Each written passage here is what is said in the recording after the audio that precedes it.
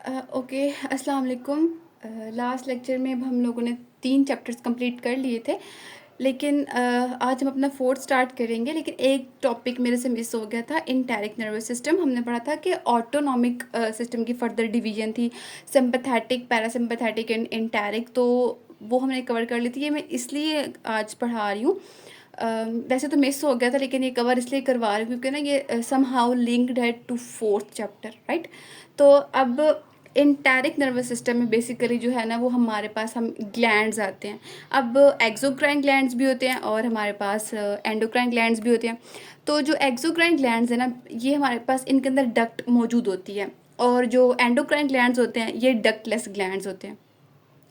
Exocrine glands में हमारे पास lacrimal glands, sweat glands, salivary glands और सेबेशियस ग्लैंड्स हमारे पास आ जाते हैं, ठीक है। और एंडोक्राइन ग्लैंड्स जो कि ये डक्टलेस ग्लैंड्स होते हैं, उसमें हम लोग हार्मोन्स वगैरह को देखते हैं, यानी कि ऑक्सीटोसिन।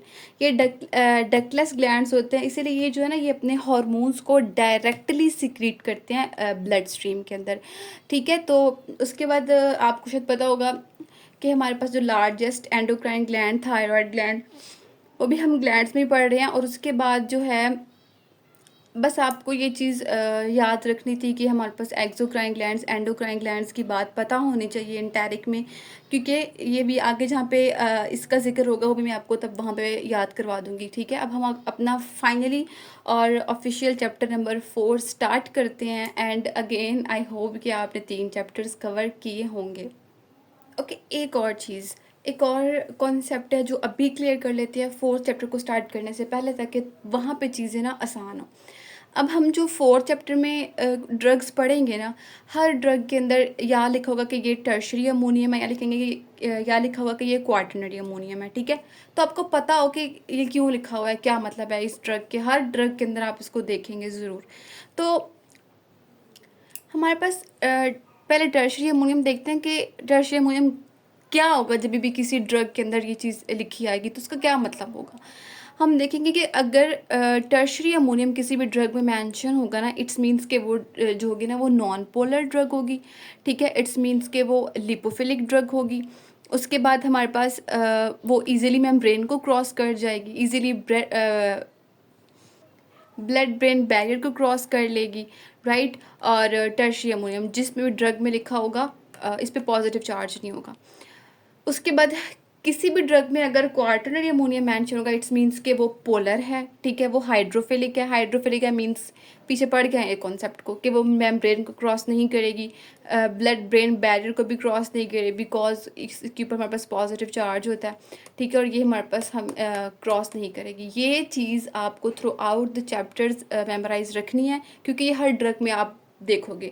अब किसी भी ड्रग में मैं मेंशन करूँगी ना कि टर्शरी अमोनियम है, फिर क्वाटरनरी, तो मैंने ये नहीं बोलना कि नॉन पोलर है, लिपोफिलिक है, मेम्ब्रेन को क्रॉस नहीं करती, ब्लड ब्रेन ये सब कुछ मैंने नहीं बोलना, ठीक है। मैंने पहले ही आपको बता दिया कि किसी भी ड्रग में मेंशन होगा ये चीज़, उसका क्या मतलब है, क्वाटरनरी मेंशन होगा तो उसका क्या मतलब है। अब हम अपना चैप्टर 4 स्टार्ट करते हैं इंशाल्लाह। अच्छा, कुछ ना फ्लो चार्ट्स और डायग्राम्स हम बुक से ही देख के कवर कर लेंगे उनको। अच्छा, अब इसमें यहाँ ये जो आप फ्लो चार्ट देख रहे हैं, इसमें सारी वही पिछली बात ही है, ऑटोनॉमिक में पर सिंपैथेटिक, पैरासिम्पैथेटिक और सोमैटिक की बात है। बस जो चीज़ इस फ्लो चार्ट पे मेमोराइज करने वाली है ना, वो ये है कि हमारे पास सिंपैथेटिक के केस में कौन सा न्यूरोट्रांसमीटर रिलीज़ हो रहे हैं, ठीक है। पैरासिम्पैथेटिक के केस में कौन सा न्यूरोट्रांसमीटर रिलीज़ हो रहा है, और ये देखें सोमैटिक के केस में हमारे पास कौन सा न्यूरोट्रांसमीटर रिलीज़ हो रहा है और किस रिसेप्टर पे जाके बाइंड कर रहा है, ठीक है। इसमें ये देखें कि ये सोमैटिक के केस में ये हमारे पास न्यूरोट्रांसमीटर निकोटिनिक रिसेप्टर पे जाके बाइंड कर रहा है। इधर हमारे पास एड्रीनर्जिक रिसेप्टर, इधर भी एड्रीनर्जिक, और इधर हमारे पास मस्करेनिक रिसेप्टर्स पे जाके बाइंड कर रही है, न्यूरोट्रांसमीटर रिलीज़ हो रहे हैं।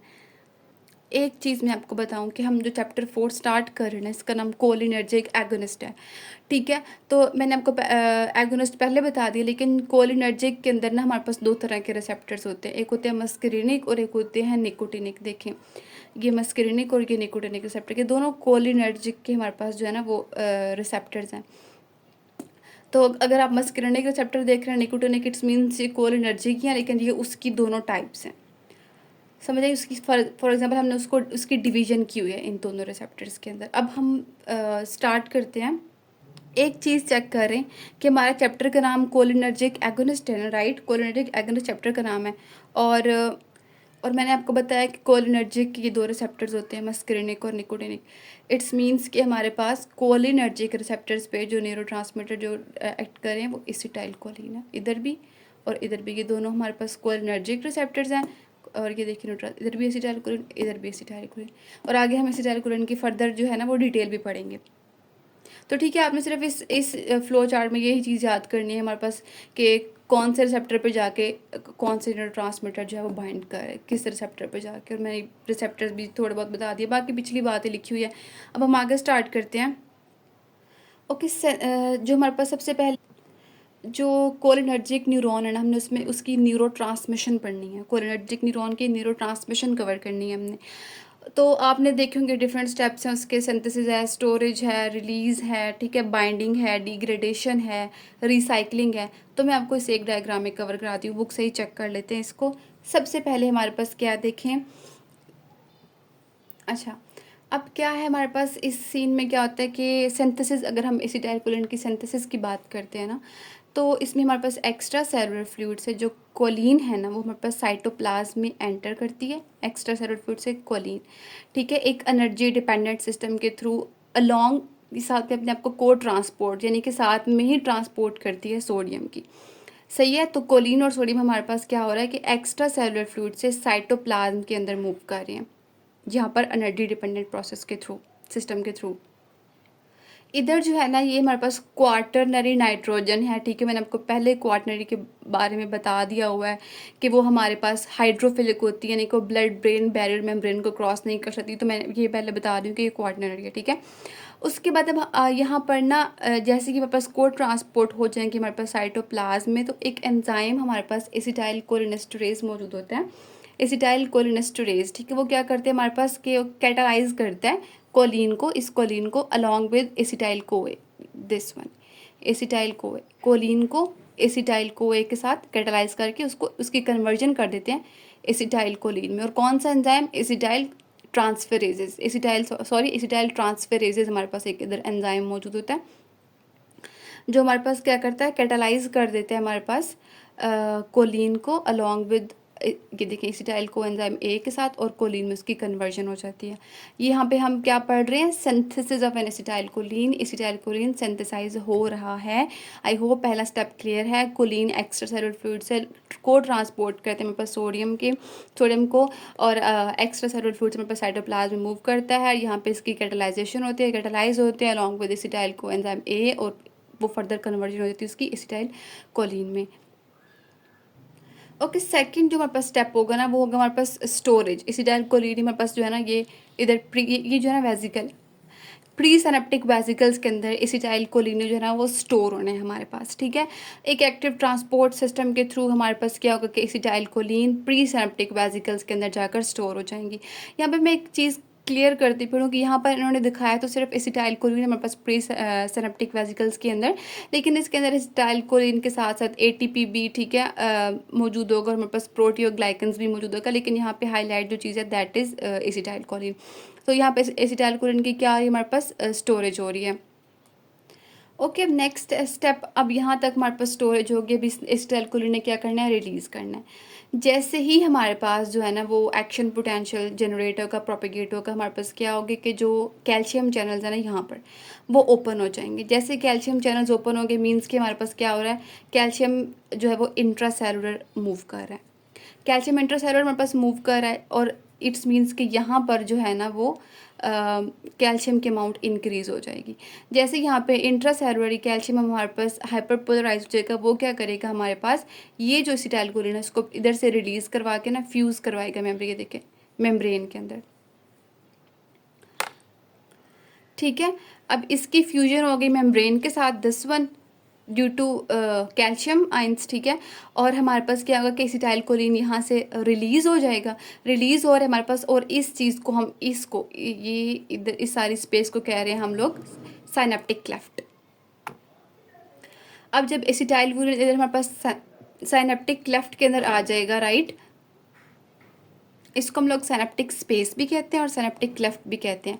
अब एसिटाइलकोलिन यहाँ से रिलीज़ होके हमारे पास इधर कुछ रिसेप्टर्स होंगे, इधर ये प्री सिनेप्टिक रिसेप्टर्स हैं और ये पोस्ट हैं। कुछ acetylcholine back to the neuron receptor से जाके बाइंड कर जाएंगे और कुछ हमारे पास जो होंगे ना वो देखिए इधर पोस्ट सिनेप्टिक रिसेप्टर्स पे जाके बाइंड करेंगे। अब एक और चीज़ मैं आपको बता दूं, यहाँ पर जो एसिटाइलकोलिन इधर से ये रिलीज़ हो रहा है सिनेप्टिक स्पेस में, ठीक है, ये जो रिलीज़ है ना ये ब्लॉक भी हो सकता है। एक टॉक्सिन है जिसका नाम है बॉट्यूलिनम, देखिए साइड पे रिलीज ऑफ न्यूरोट्रांसमीटर्स। इधर अगर बॉट्यूलिनम जो होगी ना वो हमारे पास ये ड्रग जो है ना ये इधर एसिटाइलकोलिन की रिलीज को ब्लॉक भी कर सकती है। आई होप यहाँ तक क्लियर है। मैं रिवीजन भी कराऊंगी और ये टॉपिक भी इधर ही क्लियर हो जाएगा, ठीक है। अब देखें कि हमारे पास अब यहाँ पर देखें एसिटाइलकोलिन रिलीज़ हुआ, ठीक है, और सिनेप्टिक स्पेस में कुछ प्री सिनेप्टिक रिसेप्टर पे बाइंड करेंगे, कुछ पोस्ट पे करेंगे, ठीक है। अब मैं आपको यहाँ पे भी वो चीज़ क्लियर करा दूँ, हमने पढ़ा था कि जो कोलिनर्जिक रिसेप्टर या मस्करिनिक होंगे या निकोटिनिक, यहाँ पे यहाँ मस्करिनिक रिसेप्टर्स मौजूद होंगे या निकोटिनिक रिसेप्टर्स मौजूद होंगे जिसके साथ एसिटाइलकोलिन ने आके बाइंड करना है। अब एक चीज़ समझने वाली जो यहाँ पे ना कुछ इस स्पेस में हमारे पास जो है ना वो एक एंजाइम मौजूद होता है, उसका नाम हमारे पास क्या है, एसिटाइल कोलिनेस्टरेज, राइट। इधर स्पेस में वो क्या करते हैं, हमारे पास एसिटाइल कोलिन की ब्रेक डाउन कर देता है। ब्रेक डाउन किस में कर देता है, कोलिन और एसीटेट के अंदर।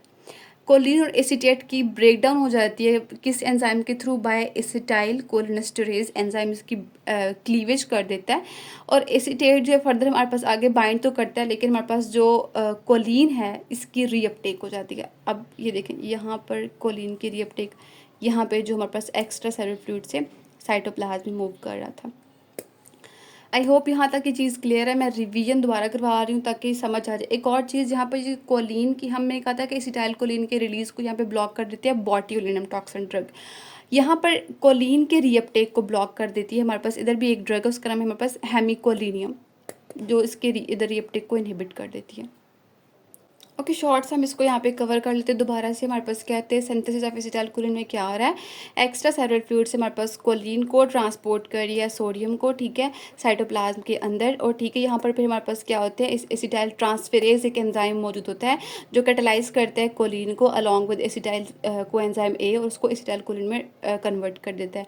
फिर हमारे पास एसिटाइलकोलिन प्री सिनेप्टिक वेसिकल्स के अंदर इन्होंने स्टोर होना होता है, इनकी स्टोरेज होती है प्री सिनेप्टिक वेसिकल्स के अंदर।